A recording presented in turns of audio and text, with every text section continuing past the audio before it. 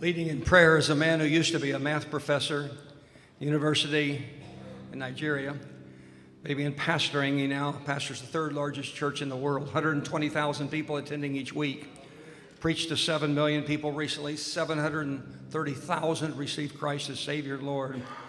William Kumuyi is here to pray, not for the church in Africa now, but he's praying for the church in America. We welcome you, sir. Please come pray for us, that we will stand and heed what Tony Perkins has just told us. Imagine this. One of the world's most humble and respected pastors, Pastor William Folorunsho Kumuyi, standing alongside global leaders at a United States presidential inauguration. Sounds like the start of an inspiring movie, right? Well, it's not fiction, it's real life. And it's no longer news that Pastor Kumuyi has been invited to minister at the inauguration of President Donald Trump. And this moment is as monumental as it is meaningful. Let's pray. Almighty God, we thank you and bless your name. What a great and glorious God you are. And what a gathering we have this afternoon. And we thank you, Lord, for the church in America. You said, upon this rock you'll build your church. Not just for that generation, but for every generation. And you say the gates of hell shall not prevail against it. Lord, we come in preparation for the celebration of Donald Trump, the president, tomorrow. We're asking, Lord, you grant him wisdom, and you grant the church the unity, the revival, the knowledge, the vision, the forthrightness to speak the truth to power. And we pray as you connect the church with the leader.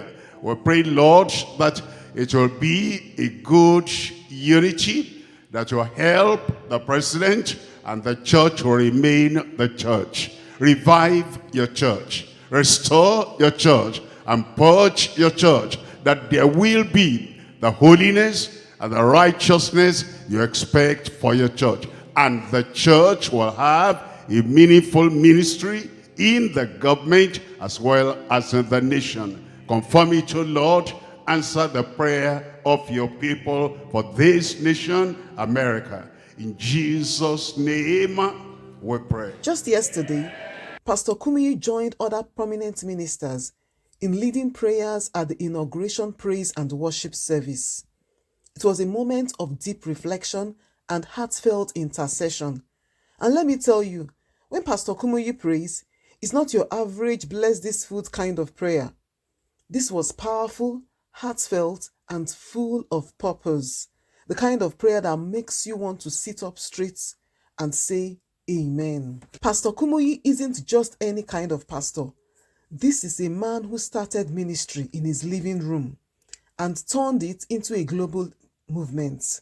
Think about that for a second. Millions of people around the world look to him for spiritual guidance. His simple but powerful message that there will be the holiness and the righteousness you expect for your church. A life of holiness, a life of love and of faith in God. And here is the kicker. He does it all with such humility that he would probably be the last person to brag about it. Mark my word. You hardly hear Pastor Kumuyi talk about these events on the pulpit. Now, why is his presence at Trump's inauguration such a big deal? First off, let's be real. America is going through some stuff. Political divides, cultural challenges, and let's not even talk about the argument over pineapple on pizza. But seriously, Pastor Kumuyi's message of unity and prayer couldn't come at a better time. It's a reminder that some problems need more than just good policies. They need God's wisdom. For a nation looking for healing and direction, Pastor Kumuyi's prayers are like a compass, pointing to what truly matters: faith, integrity, and unity. Yesterday's service wasn't just about ticking a box. It was about asking God to guide the country. And let's face it, who couldn't use a little divine guidance in these days? For Christians, this moment is a call to action. It's a reminder of what the Bible says in 1 Timothy chapter 2, verse 1 and 2. We are supposed to pray for our leaders. That means everyone, whether you voted for them or not. And if Pastor Kumuyi's example teaches us anything, it's that prayer isn't just powerful, it is essential. For America, this event is more than just pomp and ceremony. It's a chance to reconnect with her spiritual roots. From the founding fathers who prayed for wisdom to today's leaders navigating complex challenges, the need for God's guidance has been a constant. Pastor Kumuyi's presence at the inauguration is a powerful reminder of that truth. But let's not just sit on the sidelines. Here's the question: are we doing our parts? Are we praying for our leaders, our communities, and our world? Pastor Kumuyi's life is proof of what God can do when one person stays faithful to their calling. Imagine what could happen if we all did the same. As we wrap up, let's remember that leadership isn't just about policies and speeches. It's about character, faith, and service.